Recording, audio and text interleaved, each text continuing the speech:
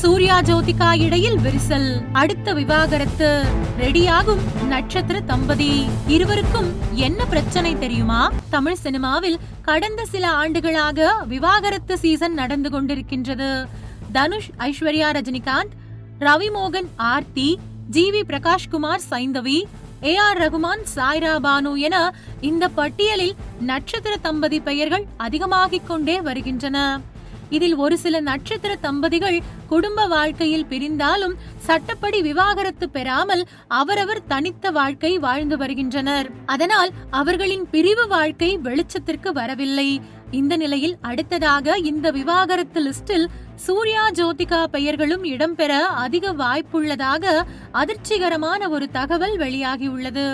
அந்த அளவிற்கு இருவருக்கும் முட்டல் மோதல் அதிகமாகி பெரிய அளவில் விரிசல் ஏற்பட்டுள்ளதாகவும் தகவல்கள் கசிந்துள்ளன. ஹிந்தியில் இருந்து தமிழுக்கு வந்தவர் நடிகை ஜோதிகா.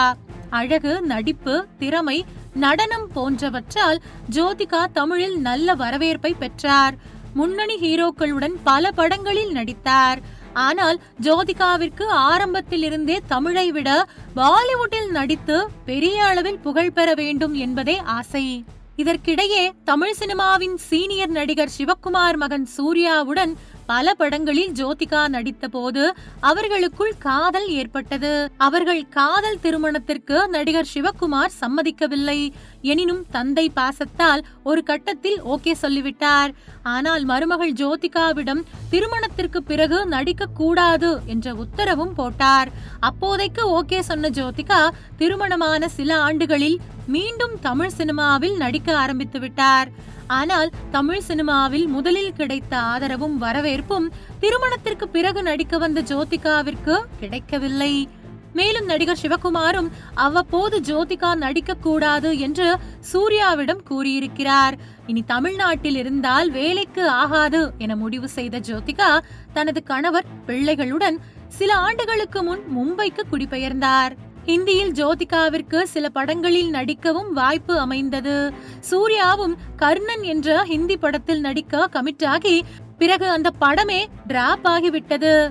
ஹிந்தி சினிமாவை நம்பினால் இனி காணாமல் போய்விடுவோம் என்று தெரிந்து கொண்ட நடிகர் சூர்யா மீண்டும் தமிழ் சினிமாவில் தனது முழு கவனத்தை செலுத்த ஆரம்பித்தார். அதனால் தமிழில் தொடர்ந்து நடிக்க வசதியாக நடிகர் சூர்யா சென்னை ECRல் புது வீடும் கட்டியுள்ளார். இது அவரது மனைவி ஜோதிகாவிற்கு பிடிக்கவில்லை.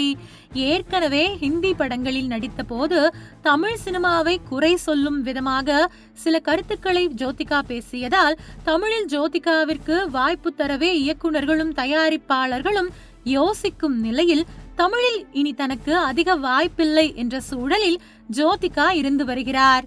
ஹிந்தியில் கவனம் செலுத்தினால் தமிழ் படங்களை இழந்து விடுவோம் என்ற நெருக்கடியில் சூர்யாவும் இருந்து வருகிறார்.